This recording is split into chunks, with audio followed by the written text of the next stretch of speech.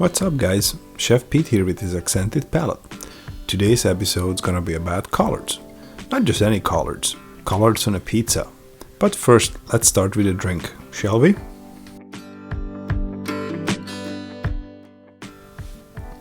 Since we're gonna be talking about the staple of the South, might as well make a drink that fits that theme. Kentucky tea. A bourbon spiked iced tea with some mint and lemon. I know. Sweet teas that most southern people do. Unfortunately, I prefer my iced tea unsweet. So this time I just added some simple syrup to the right amount of sweetness that I prefer.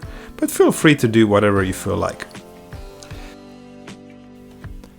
First up is making our pizza dough. It only requires a few ingredients and it tastes so much better than the store-bought stuff. You're welcome to buy the store-bought stuff if that makes the recipe easier for you. But if you have a food processor or one of these stand-up mixers, it makes it really easy to make a pizza dough in basically just minutes without any elbow grease at all. The key with any dough is to add the right amount of water to the flour. How do you know you added the right amount of water to the flour? I have a pretty simple test. After the machine has been running for a minute or so, stop the machine and just reach in and see if the dough sticks to your hand.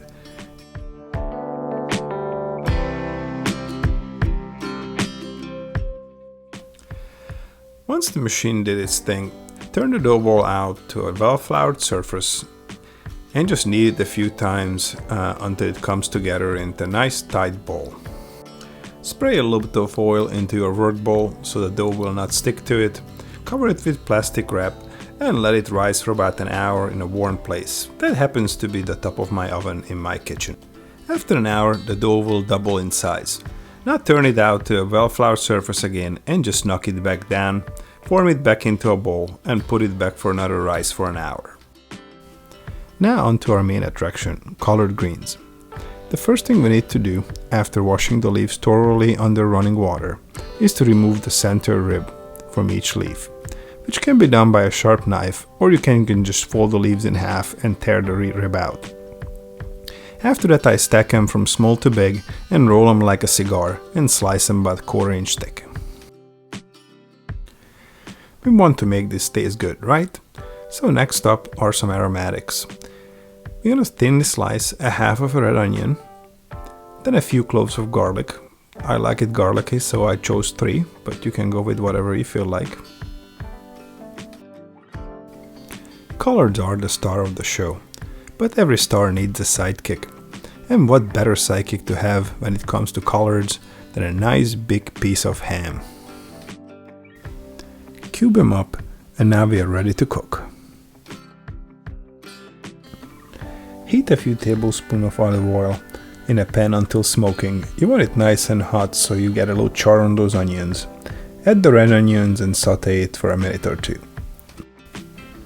I always add a little bit of salt to the onions just to draw the moisture out and get that caramelization going a little faster. Once the onion has been sauteing for a few minutes, add the garlic and just saute it until fragrant. As soon as you smell it, you can add the red pepper flakes to the pan too. Now let's add the ham, which will give a nice smoky and sweet caramelized taste to the dish. To be able to fit all the collards in the pan, we will have to add them in batches so we can get a little bit of wilting going before the next batch goes in. Once you put on the lid, there is no peeking. Let the steam do its job. No peeking, I mean it, really, no peeking. Yay, we succeeded. We fit all that collards into that small pan. Now let's add some chicken stock to it and let it finish cooking for about 15 to 20 minutes until the collards are nice and tender. Season it with a little black pepper. Once it's finished cooking, we will add a tablespoon of apple cider vinegar for a little bit of acidity.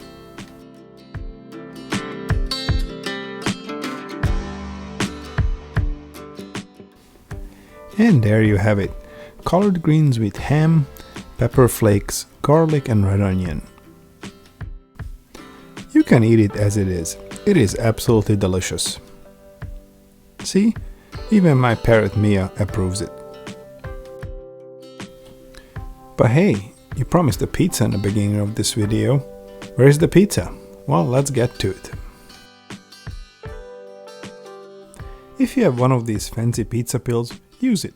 If not, a rimless baking sheet will do just fine. First I use my knuckles to knock the pizza dough back down before I start stretching it with my fingers. But if you feel more comfortable with the rolling pin, you're welcome to use that. Don't stress about it too much, it's just dough. That being said, this is the last time you can flour underneath the pizza, so please do so it will actually slide into the oven easily. And now we are in business. Add your pizza sauce. You can use a store-bought one if you prefer, or you can make the one that I provide the recipe for in the comments. Some sharp cheddar. Definitely use sharp, the flavor is just gonna be much better. And the collard mixture with ham and red onion. Spread it around the pizza. Top it with some more sharp cheddar for an extra punch. And there it goes to a 475-degree oven for cooking to perfection.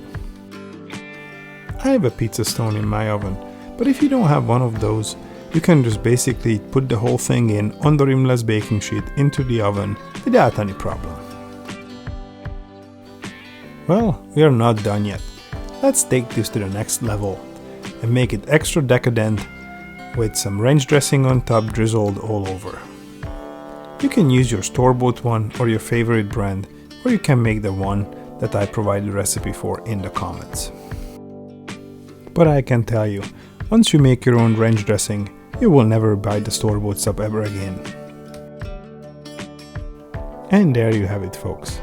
Kentucky tea, spiked with bourbon, and collard green pizza with cheddar, red onion, and ham. Taste of the South.